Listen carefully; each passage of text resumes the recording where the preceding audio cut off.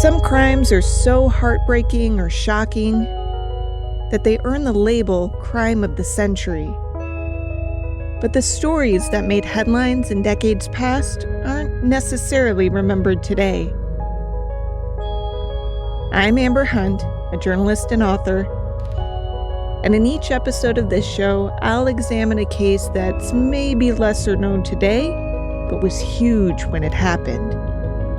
This is Crimes of the Centuries.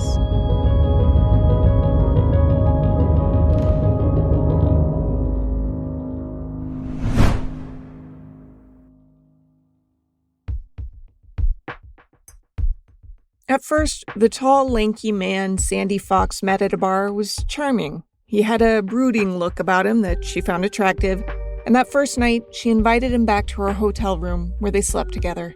She thought that would be the end of it. This was clearly the stuff of one-night stands, but he kept hanging around. He seemed smitten with her, and she found him intriguing enough that she let him. Fox, who met this guy, Daryl Golden, in Atlanta, had planned to fly to Florida for a job assignment, but Daryl's arrival prompted her to cancel the flight. Instead, the two drove together to Florida in Daryl's car. It was night 2 of this 1974 tryst that Daryl said something that finally triggered Fox's sense of unease. He asked her to write a book about him and assured her he was a worthy subject because he would be dead within a year, the whole world would know his name, and oh, by the way, I've done some bad things. Fox played it cool, but was understandably unnerved. She began to distance herself, then came up with a few excuses that explained why she needed to go her separate way altogether. When she left Daryl, she figured she would never hear from or about him ever again.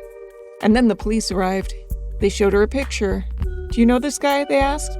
"Why, yes," Fox said. "That's Daryl Golden. I met him last week." "That's not his real name," police told her.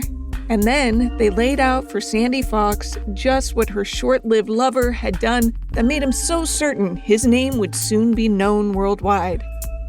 After she heard the tale, all Sandy could wonder was, why didn't he kill me too? The guy at the center of this story is named Paul John Knowles. But as much as I'm able, I'm gonna avoid using his surname in this episode because what he wanted more than anything was to become famous. He killed people with the sole purpose of being notorious. I thought about assigning him a random pseudonym just because I'd like to think it would have pissed him off, but that would make the storytelling a little confusing, so I'll stick with his first name, Paul. It's pretty generic anyway. By the time journalist Sandy Fox met the guy who called himself Daryl Golden, he had killed about a dozen people. He was an unusual predator. See, typically serial killers have a type.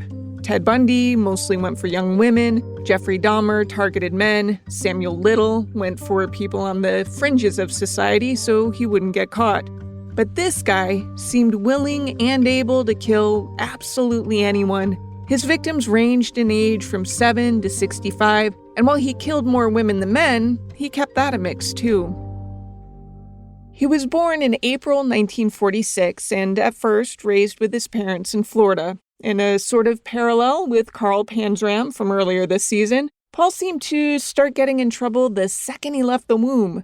He was caught stealing bicycles before age 9, and like Panzram, Paul came from a big family that was dirt poor. So Paul, there was 7 of us living in 3 rooms. This is Paul's brother, Clifton Knowles, speaking to Atlanta news station 11 Alive in 2019. It was like a great room where Mom and Dad slept in. A little bedroom and a kitchen. We had an outhouse. It was more than just a crowded home. It was a violent one. You know, when you're a child and certain horrendous things happen to you, you tend to block them out. In today's climate, we would all been taken out of the home. We would all been taken out of the home and probably fostered out. There was a lot of physical abuse. My father would call them, he called them whipping. I call them beatings myself. You know, when you leave black and blue marks on a kid from the belt, that's a beating. And the old man was beating Paul with his fist. And he was about to beat him to death. When he got well enough, he ran away again. While life was tough for all of the kids, it seemed Paul was the one most prone to react with violence. I mean, it was a seemingly never-ending cycle of abuse, running away, breaking the law, getting caught, then being dragged home for the abuse to start all over again. Finally, Paul was sent to a boys' school.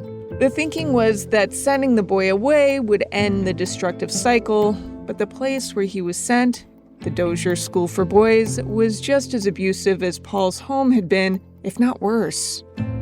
From 11 Alive. A 2013 investigation revealed that at least 50 bodies were buried on the grounds of the school. To date, more than 500 former students have alleged brutal beatings and a culture of abuse. The facility opened in 1900 and developed a reputation so bad that NPR ran a story about the place titled Florida's Dozier School for Boys, a True Horror Story.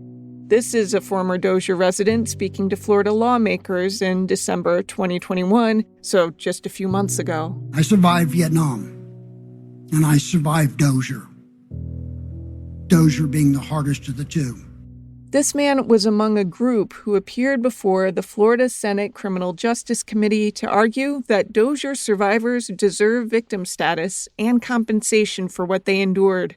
From Tampa Bay's Fox 13. The wards of the state were raped, beaten, and humiliated by the state that was supposed to be caring for them and helping them turn their lives around. Why is it so well imprinted on our minds still after all these years? You know, I never talked about it. I became an alcoholic. A state investigation in 2010 closed the school after showing there was rampant abuse between the 1940s and 70s.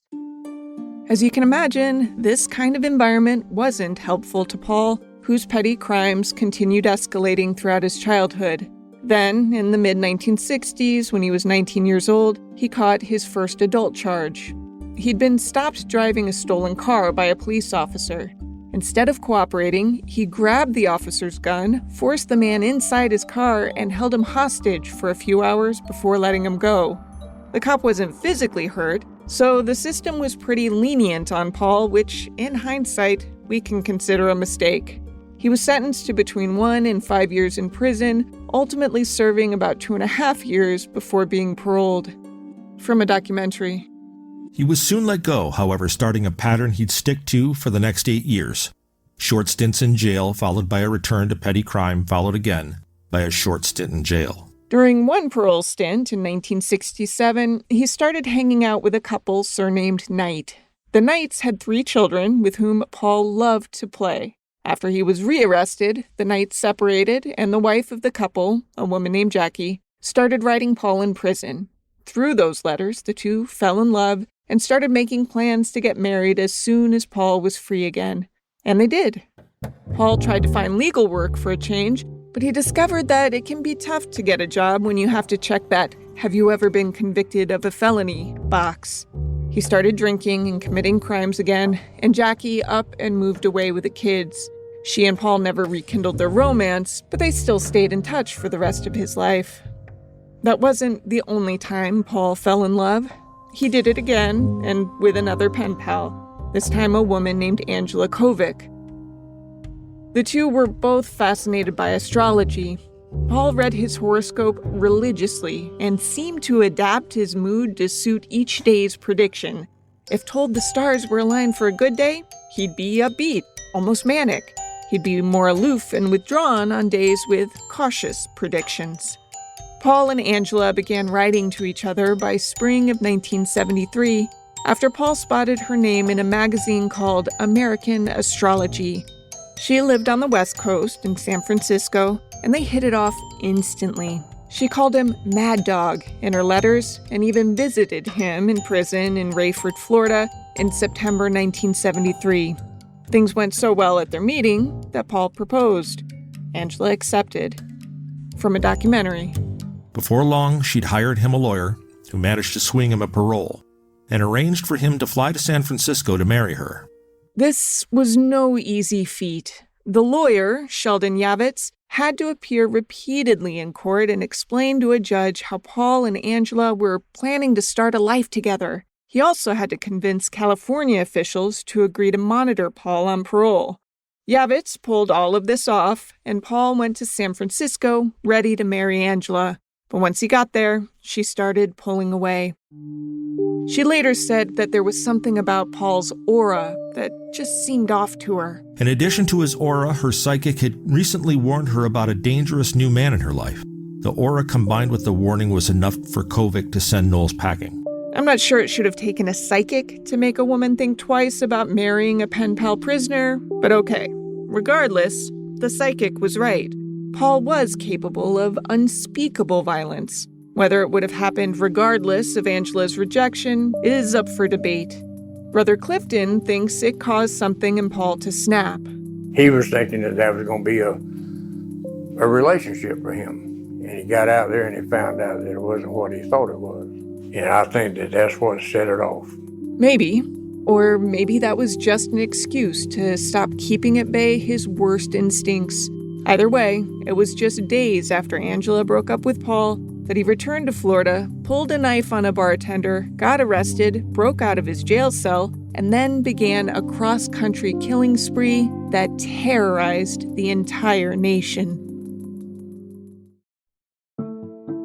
It's hard to know precisely when the subject of this week's episode decided he wanted to get famous. In his letters to Jackie and Angela, he didn't talk about making a name for himself. Mostly his letters were braggadocio, littered with childish sexual innuendo. I mean, this was a guy who decorated his letters with crayon drawings of astrological symbols. He didn't seem to have some grand master plan. Then came his heartbreak, and soon after that, his first kill. As I mentioned earlier, he attacked a bartender and got arrested. That was in Jacksonville, Florida, on July 26, 1974. His years of thieving must have taught him a few things about picking locks, because that's how he managed to escape from his jail cell later that night. He knew he needed a car to put some distance between himself and Jacksonville, so he broke into the home of 65-year-old Alice Curtis, a retired schoolteacher, and bound and gagged the woman before ransacking her home. He stole whatever money and valuables he could find, then stole her car. While he caused her death, it didn't seem that he intentionally set out to kill her. Rather, it appeared that the gag in her mouth knocked her dentures loose, and she choked to death on her dentures. Some sources question whether Paul even realized he killed this poor woman. After all, she could have choked after he fled in her car. But based on what he did next, I think he knew she was dead when he left her. The reason I think that is because a few hours from Curtis's home, as he drove near his mother's house looking for a place to ditch the stolen car, he noticed that two young girls were watching him. These girls weren't strangers. When he saw 11-year-old Lillian Anderson and her 7-year-old sister Millette walking down the street, he recognized them as friends of his mother's, and fearing that they might be able to identify him, he kidnapped the two young girls, strangled them both, and dumped their bodies in a swamp outside of town before hitting the open road. Lillian and Millette had been left home alone just briefly because it so happened that there was a window of time between their mom leaving to check on her sick sister and their dad getting home from work.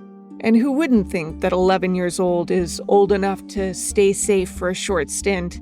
The girl's mother called and checked on them at 7 p.m., and everything seemed fine. But when the girl's father arrived at 7:20, he found the house empty. Wire stories about the missing girls ran nationwide, in part because both girls had medical problems that required daily medication. Their father, Jack, anxiously told reporters, "I don't think they would last too long without it." Later, Paul would tell police that he strangled the girls and dumped their bodies into a swamp. The bodies were never found, and their families lived with the agonizing hope that someday they might turn up. They never did. On August 2nd, 1974, the body of housewife Marjorie Howe was found, her hands and feet bound inside of her Atlantic Beach home. She'd been strangled with a nylon stocking, and her home had been robbed of money and more. Among the missing items was a television set that Paul gave to his former wife Jackie as a gift. Around the same time, Paul apparently picked up a 13-year-old girl hitchhiking on a Georgia road. Imogene Sanders hadn't had an easy start in life. Her parents divorced when she was young, and she'd bounced between her dad in Texas and her mother, sometimes in Georgia, sometimes Florida, ever since. She was strong-willed and couldn't seem to sit still. She would run away from her dad's house so often, in fact, that he quit even notifying the police. In January 1974, Ima's 2.5-year-old sister, Charlotte, fell off the family's houseboat docked in Fort Lauderdale and drowned. In July, Ima left her dad's house in Texas, yet again, and traveled to Warner Robins, Georgia, where her mother and stepfather had moved. Ima liked to go swimming. She liked the boys. This is Betty Wisecup, Ima's mother, talking to 11 Alive. She liked to go to the sand pit, normal things most 13-year-olds like. In a book about the case, author Jack Smith describes the last time anyone in Ima's family saw her alive. On August 1st, Mom Betty had left Ima in charge of watching her 4-year-old sister Sharon, but Ima ditched the job to go hang out with some older friends after ordering Sharon to stay inside and keep the doors locked. Ima was never seen again. Well, I figured that she was so unhappy that maybe she just decided to go live her own life. But we did searches and things for Social Security, never could find anything. Soon after, in taped ramblings he made hoping to secure his spot in history, Paul reminisced about picking up a hitchhiking young girl, then raping and strangling her. He must have misheard Ima say her name, because he said in the tapes that he'd picked up a girl called Alma. He'd left her body in some woods, then said he came to revisit her a couple of weeks later and was disturbed to see that her corpse had been ravaged by animals. He found her jawbone on the ground and buried it. Hikers later found Ima's remains, all but the jawbone, but she stayed a Jane Doe until 2011 when someone finally thought to run a sample of Ima's known DNA through the FBI's National Missing Person DNA database. They got a hit, then matched that up with Paul's story about Alma and alerted Ima's family. Her sister, Deborah Sanchez. It was like I was numb. I mean, it hurt. I cried because in my heart she was dead. But to hear it and really be confirmed, like, hit you really hard. Mom Betty had sometimes feared something terrible had happened to Ima, that she hadn't simply run away to start a new life. But she never could have imagined that her daughter had been the victim of a serial killer. I took it a lot harder because when you sit around and think about things, then you think, well, if I hadn't have been working, maybe I would have been home, and then maybe it wouldn't have happened. So you start to put the blame on yourself, which you don't really know if that would have done it or not. Kathy Sue Woods Pierce had been going through a tough time in Musella, Georgia. The 22-year-old had divorced her husband in early 1974, prompting a kindly neighbor to regularly swing by and check up on both Kathy and her 3-year-old son. On August 23rd, the neighbor found Kathy dead in the bathroom, a telephone cord wrapped around her neck. Paul had either broken into her house or had talked his way in, then killed her as her toddler looked on. He left without physically hurting the boy. About 10 days later, a bartender at a roadside pub in Lima, Ohio, noticed that one of his regulars, a guy named William Bates, was chatting with a tall, red-headed man the bartender had never seen before.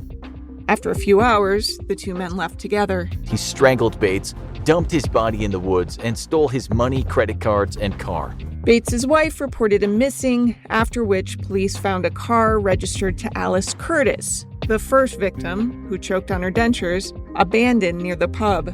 Bates's body wouldn't be found for more than a month. Meanwhile, Paul drove Bates's stolen car from Ohio to Sacramento, California, then circled back east through Utah and Nevada. There, he encountered a vacationing California couple in their camper. The bodies of Emmett and Lois Johnson, both in their 60s, were discovered by a maintenance worker emptying barrels at a rest stop. Lois was nude. Both had been shot in the temple with a small caliber gun. Though investigators knew Emmett's wallet and Lois's purse were missing, it took longer back then to monitor credit cards, so Paul managed to use one he stole from the couple for several weeks, undetected. 3 days after that killing, he killed 42-year-old Charlotte Hicks, a widow on her way to a chili cooking contest. After assaulting and strangling her, he dragged her nude body through barbed wire to hide it in some brush. After that, he met a 49-year-old beautician named Ann Dawson, whom he didn't kill right away. He actually traveled with Anne for 6 days, then said he got tired of her and dumped her corpse in the Mississippi River. She was never found. All of these cases are awful, of course, but there's something extra evil about this next one. On October 16th, he forced his way into the home of a 16-year-old girl named Dawn Wine, who was home alone. He tied her up and raped her, and then, when Dawn's mother, 35-year-old Karen Wine, came home and found her daughter assaulted but alive, he tied her up and raped her too, and then he strangled both of them with silk stockings. He stole money, a tape recorder, and some of Dawn's music, the latter of which he gave to Jackie's children as a gift. Next, he stopped in Virginia, forced his way into the home of 53-year-old Doris Hovey, and convinced her that all he wanted was to steal a firearm and then he'd leave her in peace. She retrieved her husband's rifle, after which Paul shot her through the head. He left the weapon there. So at this point, October 19th, 1974, Paul had killed 14 people in 12 weeks, crisscrossing the country to leave a trail of victims in Florida, Georgia, Texas, Nevada, Ohio, Connecticut, and Virginia. Now remember that lawyer that Paul's one-time girlfriend, Angela Kovic, got him? The one named Sheldon Yavitz? Well, after killing Doris, Paul went to visit Yavitz at the attorney's Miami office. He handed Yavitz a set of audio tapes and told him, "I have something to tell you. Brace yourself. I'm a mass murderer." Sheldon Yavitz listened as his client, Paul, told him about the tapes now in his possession. They were audio diaries, he explained. He'd chronicled his kills, which he termed successes, on the tapes, and Paul said he wanted Yavitz to keep them safe, only releasing them after his death so he could become as famous as Bonnie and Clyde. Now, an attorney doesn't have to act on knowledge that you're a confessed killer. Rules vary by state, but generally speaking, a defense lawyer's job isn't to prove you innocent. It's to make sure you're properly defended and to ensure that if you are convicted, it wasn't because of an unfair trial. There could be an argument that Yavitz had a moral obligation to alert authorities since Paul was in the middle of a nationwide crime spree, but that's not how Yavitz saw it. Rather, he agreed to keep the tape recording safe. He later said that he did try to convince Paul to surrender, but that Paul wouldn't listen because he knew his days were numbered. He'd killed in death penalty states, after all, so he figured it'd be better for cops to kill him during capture than for him to fry in an electric chair. It's hard not to hold Yavitz at least partly responsible for the deaths that came next. He was the only person in the world who knew that Paul was in the midst of a killing spree, and he did nothing about it. Maybe if he had, Carswell Carr and his 15-year-old daughter Mandy might still be alive. The two were killed in their home in Milledgeville, Georgia, on November 6th. Worked a lot of murders, but that was the bloodiest crime scene. This is retired detective James Josie. I can still see the blood. I can see it in the bed. I can see him with all his stab wounds. And I was asking the coroner when we were at the funeral home doing the autopsy, what were all those marks? Come to find out he had stabbed him so many times that he broke the tips off the scissors. He was stabbed so many times he bled through the mattress. Mandy was strangled. There was evidence suggesting that afterward he attempted to have sex with the girl's corpse. It was 2 days after this slaying that Paul caught the eye of journalist Sandy Fox in an Atlanta bar. Fox was British and had come to the U.S. with a plan to land a scoop that would get her a job with the most respected paper in the country, the National Enquirer. Just kidding. It was then, and still is, garbage, which should at least give you a sense of what type of journalist Fox aimed to be. Fox would later recall that Paul was tall and rugged, looking like a cross between movie stars Robert Redford and Ryan O'Neal.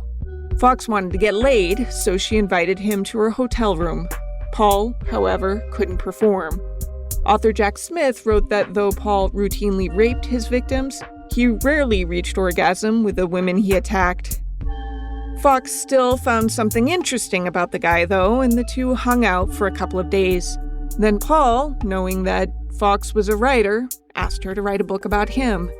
He told her that he had done something really bad warranting such a book, and that he'd made recordings explaining it all, and his lawyer would release those recordings once he was dead. Fox had sense enough to peel away from the guy, though she had managed to introduce him to some friends, a husband and wife couple who thought he seemed like a nice enough guy who now seemed lonely. When Paul offered to drive the wife, Susan Mackenzie, to an appointment she had, she happily agreed. On the way, he pulled over, whipped out a pistol, and demanded sex. Susan managed to get away and alert police, providing a description of him and the white Chevrolet Impala he was driving. Paul knew he needed new wheels, so he wormed his way into the house of Beverly Mabee, a woman with cerebral palsy, who said she didn't have a car, but her sister did, and that sister was about to come over. So when Barbara Tucker got there, her 6-year-old son in tow, Paul tied up Beverly and the boy, left them at Beverly's house, then forced Barbara into her car. He drove her to a motel room where he bound and gagged her and repeatedly assaulted her, though Barbara later said she didn't quite consider it rape. It wasn't rape in my mind because the man wasn't normal. He was not normal that way, sexually. He was trying but couldn't do anything. Impotent. You'd think that Barbara would have been terrified, and surely she was. But she was also sympathetic to this piteous man. She knew he had killed one person. He had told her he needed a car to flee police because of it, but she had no idea that he'd left a trail of bodies during a months-long killing spree. In hindsight, she said he tried to tell her, but... who wants to hear that? And I was telling him, why do you want to write a book? He wanted to be famous. Famous for what? Murdering a person? If she'd known his body count, she might not have stayed as calm and collected as she did, which could have cost her life. Instead, she kept him talking, and it seems he let his guard down. When he tied me up, he always made it real loose. And then the last time, he didn't know that he left the keys on the nightstand. He didn't know that he did that. He just locked the door and went his way. And so I started sawing my sheet thing off, and I got myself loose. After hours of on and off assault, Barbara Tucker finally escaped the motel room, and Paul knew his days were numbered. Sure enough, a state trooper spotted him in Barbara's stolen car and pulled him over. Paul took the cop hostage inside of the cop's own patrol car, then used the sirens and lights on that car to pull another motorist over. Then he forced the trooper and the motorist in the back of the new car. And drove the three of them to a remote area. He then led the two men into the woods, tied them to a tree, and shot them. Their names were Charles Campbell and James Meyer. It appears they'd fully cooperated with Paul, fighting neither in the car nor while being handcuffed to the tree. In fact, according to lawyer Sheldon Yavitz in the 11 Alive piece, they stopped at a gas station. Paul got out of the car. And the police officer, Campbell, and the other victim are sitting in the car and don't do anything. It's a 4-door sedan. They don't make any effort. They make no effort to get out. They don't call for help. They do nothing. The next day, Knowles is driving the car himself. There's nobody else in the car. A police officer spots the car. They set up a roadblock. When they try to stop him, Knowles smashes into the roadblock, but he's able to get out of the car and he runs into the woods. An officer managed to shoot him in the leg, but Paul kept running. Because they'd searched Meyer's crashed car, authorities held out hope that Meyer and Campbell were still alive because there weren't any signs that someone had been killed inside of it, so a call went out to officers to capture Paul alive. The hope was that once he was caught, he could tell authorities where he'd left his hostages. Ultimately, though, it wasn't an officer who caught Paul. It was a Vietnam vet who happened to live near the area. David Clark spotted the lanky man bleeding from his head and limping from the gunshot wound to his leg. Paul said, "Please help me." Clark, who had a shotgun on the stranger, called police. They finally arrested him. Once in custody, Paul refused to help them find Campbell and Meyer. He even made a game of it. He told officers that he had a word in his mind, and only if they spoke that special word would he tell them where he had taken the men. It took 4 days before deer hunters found their bodies in a pine thicket. Afterward, Paul told them what his magic word had been. It was Pabst, because there was a brewery near the pine thicket. Paul told police he had killed dozens of people. He said 33 or maybe 35. And he didn't know for sure which. Journalist Randall Savage. We were able to document 18. Once investigators learned that, lordy, there were tapes, they grew determined to get the audio from lawyer Sheldon Yavitz. Yavitz fought their efforts. In fact, he and his wife were both jailed on contempt of court charges for a few days, but ultimately, he turned them over after a judge ordered him to. He wanted, when he died, that his crimes be made known and the proceeds would go to his mother. It's his confession. He's describing what he did, who he killed, where he killed them. There's 14 on the tape. There's 2 in Millersville, Georgia, and the civilian with the police officer. That's what makes the 18. And it became evidence of the grand jury, and it never left the grand jury. But no one ever got to hear the tape. It doesn't exist. Did you catch what he said at the end there? It's really fast. The tape doesn't exist anymore. It did exist. It had been entered into evidence, but it disappeared after Paul died. If you've listened to my reporting in the podcast Accused, you'll know that evidence actually disappears all the time, often by supposedly getting ruined in one courthouse flood or another. It happens so often, in fact, it's kind of a joke. That's what supposedly happened here. Before anyone had a chance to copy the tapes, they were destroyed by a flood. Meanwhile, Paul offered to lead investigators to some of the missing bodies and murder weapons he had left in his wake. On December 18th, about a month after Paul's arrest, Sheriff Earl Lee and Georgia Bureau of Investigation agent Ronnie Angel loaded Paul into a car and headed out to Henry County, where Charles Campbell's handgun had allegedly been dumped. While en route, Knowles jumped Lee in the car, attempting to steal his handgun. The gun went off through the holster in the car, and as Lee and Knowles struggled, the car swerved across the lanes until finally Agent Angel, who was sitting in the front passenger seat, opened fire, shooting Paul 3 times. He was killed instantly. His early death, which sounds an awful lot like suicide by cop, probably contributes to this guy being far less known than, say, Ted Bundy and John Wayne Gacy, both of whom were killing around the same time. Bundy and Gacy both lived to face trial, and both appealed their guilty verdicts, which meant that the details of the testimony were documented in transcripts. Because there never was on-the-record testimony about Paul's case, and because his own words were lost to a flood, he didn't get nearly as famous as he had apparently hoped. Some people are disappointed, at least about the tapes.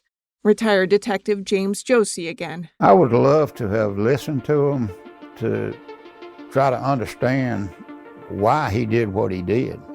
You don't kill 16, 17, 18, 29, 30, 35 people. You just don't do it. I'm almost certain there are other victims out there that are related to his activity. Paul did get some notoriety when journalist Sandy Fox did as she was asked and released a book about her few days with the guy. The first release was titled Killing Time, but she later updated to the far more sensationalistic In Love with the Serial Killer. She died in 2005. Now, if you're vaguely familiar with this case, you might know that Paul has one of those sexy nicknames that media like to give killers. He's sometimes called the Casanova Killer, owing to his reputed charm, which he apparently weaponized to get people to cooperate with him. I've put off mentioning the nickname, though, because he wasn't known as that during his lifetime, or even in the first decades afterward. He was a con artist. He could con you out of your wallet, your watch, your car. He was a smooth talker. His kills were so erratic and motiveless that police had no idea they were even looking at a serial killer until after his arrest. Then the pieces started falling into place, thanks in part to Paul's habit of ditching one victim's car near the site where he stole the next one. The first time I can find this guy referenced as the Casanova Killer is in a 2010 news story. Strangely, that story is about assault allegations against Pittsburgh Steelers quarterback Ben Roethlisberger, and Paul's nickname is thrown in toward the bottom of the story, totally as an aside. If you're curious, there was no connection between the two cases. It just so happened that Ben's accuser lived in a town where Paul had struck. Anyway, before 2010, there is no sexy nickname attached to Paul. But nowadays, it's everywhere. The Casanova Killer. The Casanova Killer. A trail of bodies in his wake, later dubbed the Casanova Murders. The so-called Casanova. So while you'll be able to Google that phrase and learn more about him, remember as you're typing it in that it's a bit of revisionist history. He was a cruel, child-killing, impotent rapist who might have struck some as good-looking, but who ultimately got people to do stuff because he was pathetic. And then he ultimately didn't even have the courage to face his victims or their survivors in court. That's who Paul John Knowles was.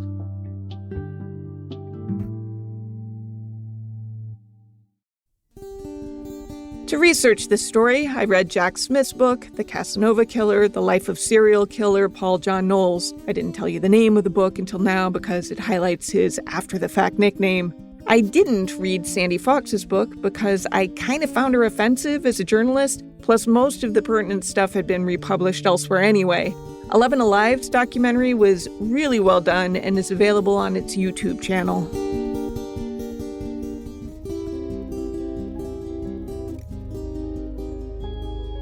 Crimes of the Centuries is a production of the Obsessed Network. To learn more about its shows, go to obsessednetwork.com.